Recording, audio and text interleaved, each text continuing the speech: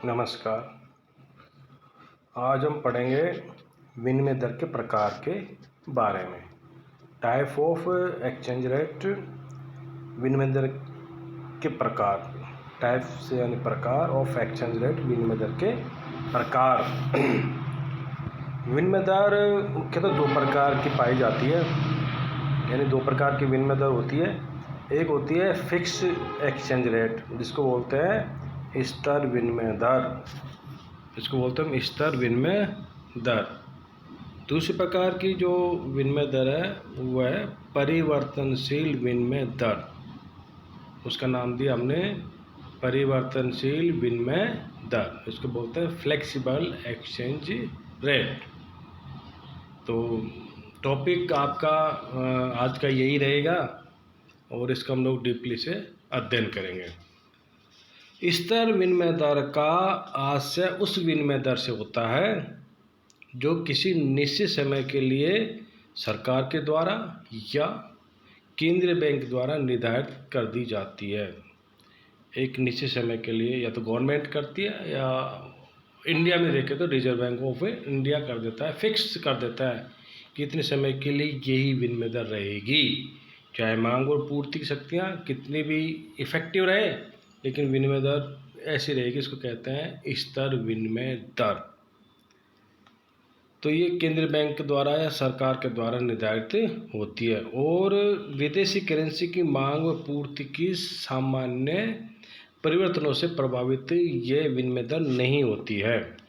स्थिर विनिमय दर के अनेक लाभ हैं जिसके कारण ये लंबे समय तक जारी रही है। ये स्थिर विनिमय दरें अंतर्राष्ट्रीय व्यापार के विकास को प्रोत्साहन करती है। आयात को और निर्यात को तथा निवेशकर्ताओं को पूरा ज्ञान होता है कि उनकी लेनदारी और देनदारी कितनी मात्रा में है। जब विनिमय दर स्थिर है तो वो कैलकुलेट कर लिया जाता है एक्सपोर्ट के द्वारा, इम्पोर्टेड आयातों के द्वारा और निर्यातों के द्वारा कि 6 महीने में या 4 महीने में या 10 महीने में जो भी विनिमय दर जब तक स्थिर रहेगी तो हमको कितनी हमारी लेनदारियाँ और कितने हमें देनदारियाँ, कितने पैसे लेने पड़ेंगे, कितने पैसे देने पड़ेंगे, तो पहले कैलकुलेट हो जाता है। इसका सबसे बड़ा फ़ायदा ये है। दीर्घकालिक योजना बनाने में सहयोगी होता है। ये आराम से लॉन्ग टाइम प्लानिंग किया जा सकता है। स्थिर विनिमय दर निश्चितता को जन्म देती है। यह अनावश्यक सट्टेबाजी पर अंकुश लगाती है। तो यह बाजार में स्थिरता प्रदान करती है जिससे अंतर्राष्ट्रीय पूंजी प्रवाह को तेज करने में मदद मिलती है। कितनी अच्छी बात है। एक तो बाजार में सट्टेबाजी कंट्रोलिंग स्थिरता प्रदान करती है और अंतर्राष्ट्रीय पूंजी प्रवाह को फ्लो को तेज करती है। अंतर्राष्ट्रीय पूंजी प्रवाह का मतलब है कि एक देश से दूसरे देश में जो निवेश पूंजी को लेकर जाता है या निवेश करता जाता है उसको बोलते हैं पूंजी का फ्लो। तो इससे भी तेज गति को इसमें प्राप्त होती है। तो इसका फ़ायदा क्या होगा? इसका फ़ायदा ये हुआ कि घरेलू मुद्रास्फीति को नियंत्रण में रखने के लिए सरकार उचित तथा प्रभावी नीतिगत कदम उठा सकती है। स्थिर विनिमय दर, लचीली विनिमय दर के अंतर्गत सरकार मुद्रास्फीति को नियंत्रण करने का दबाव लचीली विनिमय दर पर बल देती है। मुद्रास्फीति के कारण घरेलू वस्तुओं की कीमतें बढ़ती है जिससे निर्यात अंतर्राष्ट्रीय बाजार में महंगे हो जाते हैं। फलतः विदेशों में हमारी वस्तुओं की मांग घटती है जिससे विदेशी करेंसी की प्राप्ति में कमी आती है तथा विदेशी मुद्रा भंडार इस प्रकार कम हो जाता है जो नुकसानदायक है क्योंकि विदेशी मुद्रा आवश्यक आयातों के भुगतान के लिए अनिवार्य होती है। ये लचीली विनिमय दर का थोड़ा सा बता रखा है। स्थिर विनिमय दरों की सबसे बड़ी समस्या यह है कि इसका निर्धारण सरकार द्वारा स्वयं की अर्थव्यवस्थाओं की आवश्यकता के अनुरूप होता है। यानी हर गवर्नमेंट अपनी इकोनॉमी के हिसाब से, इकोनॉमिक्स की नीड्स के हिसाब से या उसकी आवश्यकताओं के हिसाब से स्थिर विनिमय दर का निर्धारण करता है, जो एक प्रॉब्लम क्रिएट करते हैं। क्योंकि सभी कंट्रीज ऐसा करेंगे तो निश्चित तौर पर प्रॉब्लम तक क्रिएट होगी ही। अनेक राष्ट्र जानबूझकर अपनी विनिमय दर संतुलित दर से ऊपर या नीचे रखते हैं, जो वास्तव में बैलेंस होनी चाहिए, जो स्थिरता प्राप्त करनी चाहिए। या तो उसे ऊपर रखेंगे या इससे नीचे, जानबूझ के चीटिंग करते हैं कंट्रीज तो फिर इसमें लफड़ा हो जाता है, फिर इसमें दिक्कतें आ जाती है। अधिकांश विकासशील राष्ट्रों के ऊपर यह दबाव रहा है कि वे अपने निर्यातकों को प्रोत्साहन करने के लिए अपनी मुद्रा का अवमूल्यन करते हैं, क्योंकि एक करेंसी का अवमूल्यन दूसरी करेंसी का अधिमूल्यन होता है। एक करेंसी का अवमूल्यन दूसरी करेंसी का अधिमूल्यन होता है। मतलब मान लीजिए भारत और अमेरिका है, हम डॉलर की तुलना में हमारे पैसे का अवमूल्यन करते हैं, तो डॉलर की तुलना में, रुपए की तुलना में डॉलर का अधिमूल्यन भी होगा। तो एक करेंसी का अवमूल्यन दूसरी करेंसी का अधिमूल्यन होता है। तो ये सब क्या, दूसरे राष्ट्र इसका विरोध करते हैं। फिर स्थिर विनिमय दर के निर्धारण में अनेक समस्या आती है। 1936 तक स्थिर विनिमय दर निर्धारण में स्वर्ण मुद्रामान गोल्ड स्टैंडर्ड था, किंतु स्वर्ण मुद्रामान को जारी रखने में जटिल समस्याएं उत्पन्न होने के कारण 1933 तक लगभग समाप्त सा हो गया था, और इसके स्थान पर पेपर स्टैंडर्ड आने से क्रय शक्ति क्षमता परचेसिंग पावर पैरिटी सिद्धांत पर विनिमय दरों का निर्धारण होने लगा। पहले क्या था, स्वर्ण रखना पड़ता था, गोल्ड रखना पड़ता था, उसके बेस पर ये विनिमय दर निर्धारित होती थी। अब गोल्ड तो कितना है, इकोनॉमी तो डेवलप करेगी, गोल्ड लिमिटेशन है वर्ल्ड में, तो फिर उसके स्थान पर आने लग गया पेपर स्टैंडर्ड का। 1933 के बाद में पेपर स्टैंडर्ड रखने लग गए। इसके भी फिर अनेक अवगुण आ गए पेपर स्टैंडर्ड के भी, जैसे गोल्ड स्टैंडर्ड के भी रखने थे, जिसके हम अगला जो चैप्टर आएगा, इसी चैप्टर में अगला जो वीडियो आएगा हम उसमें दिखाएंगे उसके क्या क्या अवगुण थे। समय समय पर अनेक परिवर्तन और संशोधन होते रहे और विनिमय दर में चेंजिंग होती रही, जिनका भी हम अध्ययन करेंगे अगले चैप्टर में, मतलब इसी चैप्टर के अगले वीडियो में। तो फिलहाल दो बातें स्पष्ट हुई।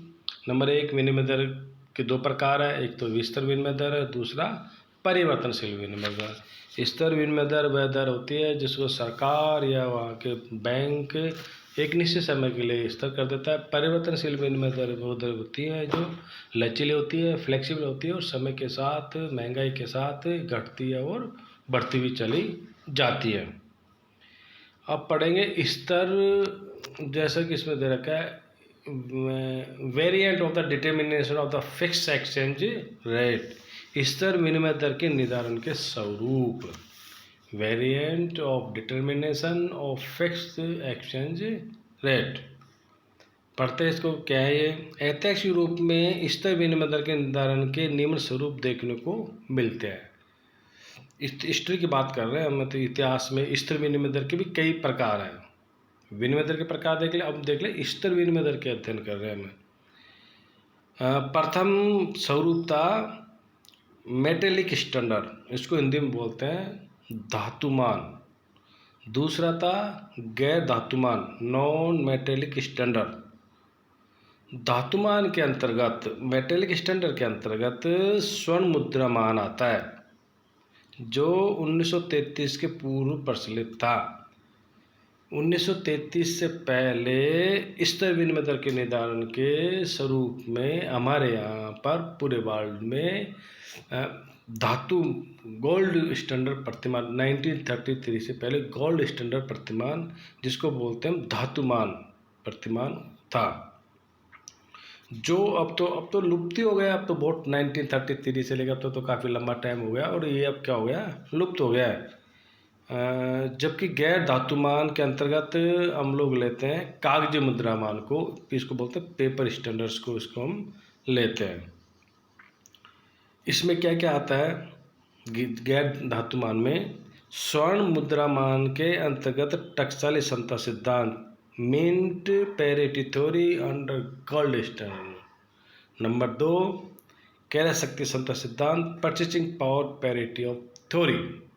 नंबर 3, ब्रेटन वुड्स विनिमय दर व्यवस्था, Bretton Woods system of exchange rate और adjustable peg system of exchange rate. Number 3 ये आती है। अब हम इनका आगे जब अध्ययन करेंगे तो ऐसा नहीं है, इनको बताया नहीं, एक एक का हम लोग डीपली अध्ययन करेंगे, एक एक के लिए हम एक एक वीडियो बनाएंगे, पूरा टाइम देंगे हम इसका चित्र सहित अगले इसका अध्ययन करेंगे, जो हमारे समझ में आ जाएगा कि एक्सचेंज रेट क्या होती है और इस तरह एक्सचेंज रेट में और कैसे निर्धारण, कैसे इसका स्वरूप होता है। स्वर्ण मुद्रामान गोल्ड स्टैंडर्ड का प्रचलन 1880 से चालू हुआ था और प्रथम विश्व युद्ध के आरंभ 1914 तक 1880 से लेकर 1914 था। यद्यपि इसे पुनः स्थापित करने के प्रयास 1927 से 1927 से 1931 तक किए गए, परंतु 1931 में जो ग्रेट डिप्रेशन है, विश्व में जो महामंदी आई थी ना, उसके कारण इस व्यवस्था को तहस नहस करके रख दिया और ये बंद कर दिया गया गोल्ड स्टैंडर्ड्स को, स्वर्ण मुद्रा मान को। उसकी जगह आ गया फिर आपका पेपर स्टैंडर्ड आ गया। 1931 में विश्वव्यापी आर्थिक मंदी के दौरान समाप्त हो गया और अब तक यह पूरी तरह से स्पष्ट हो गया कि इसकी पुनर्स्थापना लगभग असंभव है। फिर भी स्वर्ण मुद्रामान के गुणों एवं दोषों का मूल्यांकन आवश्यक है, न केवल इस व्यवस्था को जानने के लिए अपितु कुछ सीमा तक वे स्तर विनिमय दर प्रणाली ब्रेस्ट बूट्स या स्वर्ण विनिमय मान जो द्वितीय विश्व युद्ध के बाद 1945 से 1971 में समाप्त होने से पूर्व लागू थी की उपयोगिता को समझने में ये उपयोगी है।